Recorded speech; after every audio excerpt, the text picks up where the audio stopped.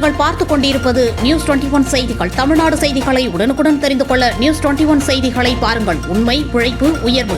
ஓமலூர் அருகே ஆதரவற்றோர் முதியோர் இல்லத்தில் பொங்கல் விழா மகிழ்ச்சி தழும்ப கொண்டாடப்பட்டது. அனைவரையும் நிகழ்ச்சியடைய வைத்தது. தமிழர்களின் பண்பாடு பண்டிகையான பொங்கல் விழாவை உலகம் முழுக்க உள்ள தமிழ் மக்கள் அனைவரும் உற்சாகமாக கொண்டாடி வருகின்றனர். இதேபோன்று சேலம் மாவட்டம் ஓமலூர் அருகே உள்ள SSRK ஆதரவற்றோர் முதியோர் இல்லத்தில் தைப்பொங்கல் விழா ஓமலூர் மேற்கு ஒன்றிய அதிமுக சார்பில் நடத்தப்பட்டது. இதில் ஒன்றிய செயலாளர் ராஜேந்திரன் தலைமையில் கட்சி நிர்வாகிகள் பலரும் கலந்து கொண்டு முதியோர்களுக்கு வாழ்த்துக்களும் பரிசுகளும் வழங்கப்பட்டது.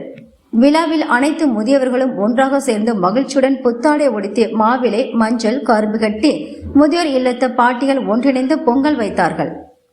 பொங்கல் பானைகளை வைத்து படையலிட்டு கதிரவனை வழிபட்டனர். பின்னர் அனைவருக்கும் பொங்கல் வழங்கப்பட்டது. தொடர்ந்து அதிமுக நிர்வாகிகள் முதியோர்கள் இணைந்து பொங்கலோ பொங்கல் என முழங்கி பொங்கல் உண்டு மகிழ்ந்தனர். நியூஸ் 21 செய்திகளுக்காக ஓமலூர் செய்தியாளர் சித்தையன்.